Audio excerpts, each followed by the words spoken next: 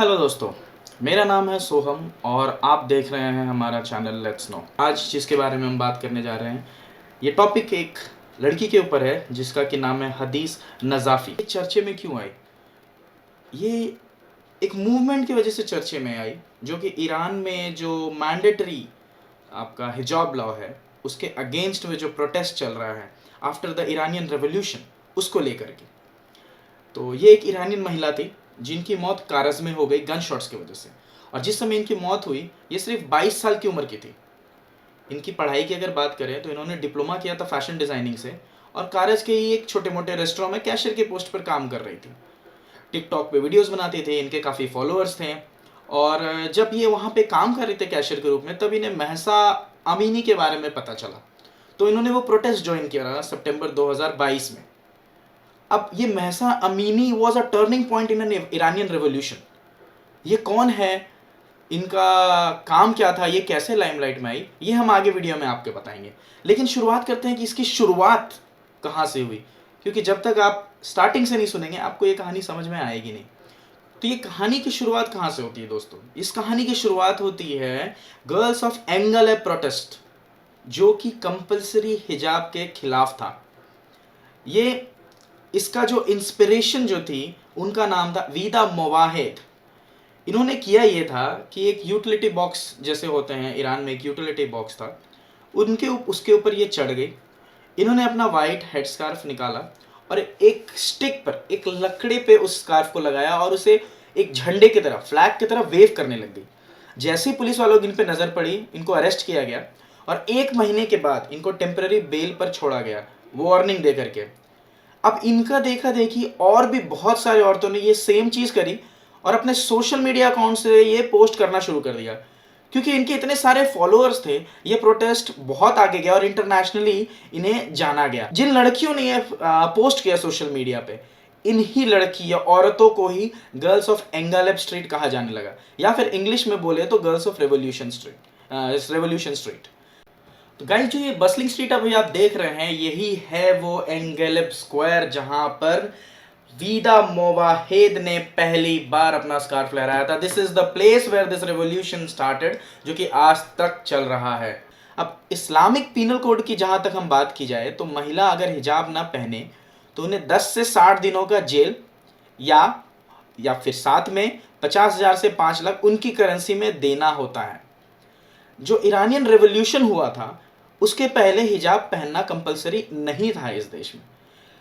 दिसंबर 2017 में मोवाहिद की videos I जहां उन्होंने स्कार्फ वेव किया और कहा वेयर इज शी। इसके बाद उसके बाद एक के बाद एक के बाद एक महिलाओं ने ये सेम वीडियोस डालना शुरू किया with the same caption, same technique से, सेम वाइट स्कार्फ निकालते हुए। अब फरवरी 2018 में जो दूसरी लड़की जो थी, जो सेकंड गर्ल ऑफ एंगलेब स्ट्रीट जिसको हम बोल सकते हैं, वो 32 साल की थी।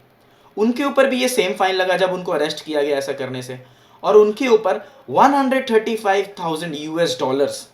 तो इनके पास उतने पैसे थे नहीं कि ये $135,000 ये दे पाए या $1,35,000 ये दे पाए। तो जज ने इनको जो सजा सुनाई वो 10 साल की कैद और उसके साथ साथ 74 कोड़े मारने की सजा सुनाई गई थी इन्हें, 74। दोस्तों, अब हम बात करते हैं महसा अमीनी के बारे में।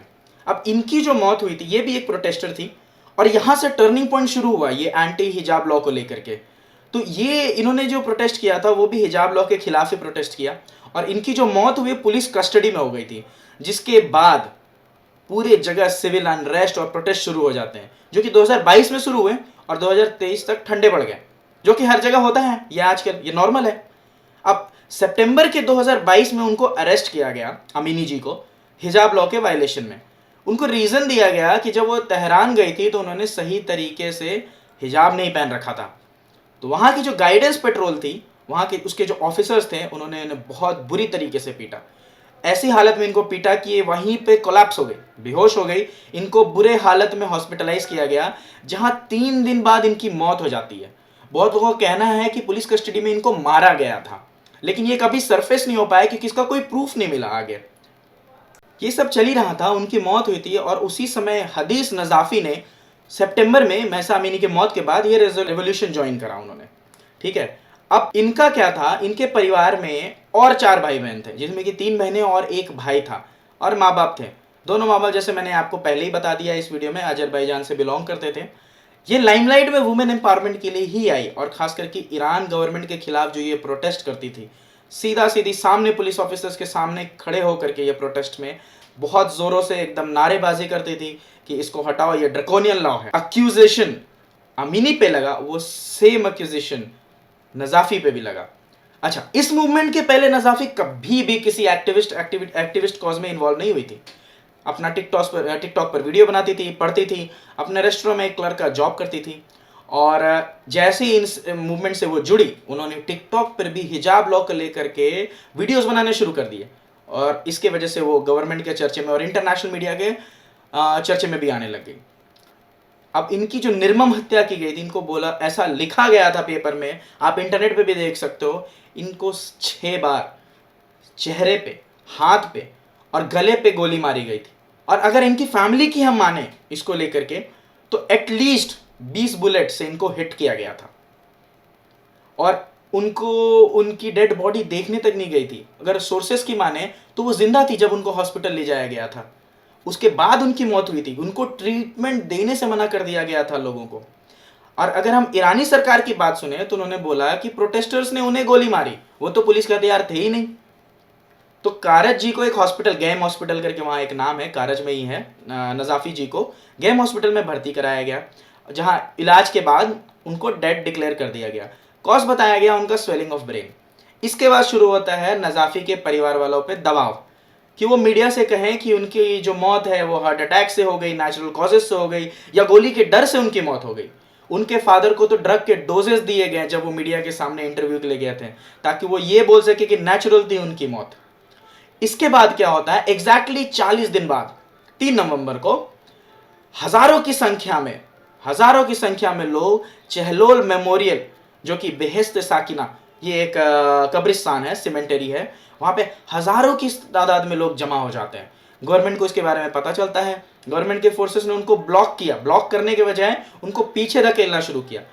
पब्लिक में गुस्सा फूटा, उन्होंने क्या किया, जो बुलेवार्ड था उस पर चढ़ने लग गई। अब बुलेवार्ड पे जो चढ़ने लग गई, इससे उन्होंने हथियार उठा लिए वहां के गवर्नमेंट फोर्सेस ने। इसके चक्कर में एक 17 साल के बच्चे की जान भी चली जाती है। 15 लोगों को अरेस्ट कर लिया जाता है, जिसमें कि 5 को मौत की सजा सुनाई दी जाती है। जिस समय मैं ये वीडियो बना रहा हूं, इस समय 2 लोगों को ऑलरेडी मौत की सजा दी जा चुकी है, और 3 को अभी भी जुडिशियल रिव्यू में रखा गया है। अब ये नजाफी जी का जो डेथ था, वो सोशल मीडिया पे एक ईरानियन अमेरिकन जर्नलिस्ट थे, और वो एक्टिविस्ट भी हैं, मसीह अली नजाद ने शेयर किया सोशल मीडिया पर। और उनके डेथ के बाद एक वीडियो काफी सरफेस हो जाता है, जहां वो अपने बालों को पोनीटेल की तरह टाई अप करती है। आखिरी प्रोटेस्ट ज्वाइन करने के पहले भूखी गई थी, उनका डिनर लगा हुआ था, लेकिन उन्होंने प्रोटेस्ट ज्वाइन करना ज्यादा इंपॉर्टेंट समझा, पोनीटेल में अपने बाल को। बाद में ये पता चला कि वो कोई और औरत थी, लेकिन क्योंकि ये सोशल मीडिया पे वायरल हो जाता है, काफी लोग इसको फॉलो करना शुरू कर देते हैं। बहुत लोग अपने बाल काट करके रखना शुरू कर देते हैं, जैसे कि आप हमारे फोटोज में यहाँ पे देख सकते हैं। तो ये नजाफी और महसा अमीनी, ये लोग इतने इंपॉर्टेंट इसीलिए है क्योंकि रिवॉल्यूशन में आज तक कोई मरा नहीं। ये पहले थे जिन्होंने इस चीज के लिए बलिदान दिया, और इनको वहां की महिलाएं याद करती है। आज के डेट में ये ड्रैकोनियन लॉ है, इवन आप बाकी देशों में भी जाएंगे, ये लोग अब प्रोटेस्ट करते हैं इस्लामिक लॉ के खिलाफ। मैं किसी एक पर्टिकुलर चीज को लेकर के बोलना नहीं चाहूंगा, मगर ह्यूमन राइट से बड़ा आज के डेट में ना कोई लॉ है, ना कोई धर्म है। अगर उसको हम सही तरीके से फॉलो करें तो एक देश को, इस दुनिया को चलाने के लिए वही काफी है। अलविदा लेना चाहूंगा दोस्तों, अगले वीडियो में फिर से मिलते हैं, कुछ ना कुछ नया मसाला लेकर के। पुराना होगा पर जानकारी वाला होगा। आदियोस।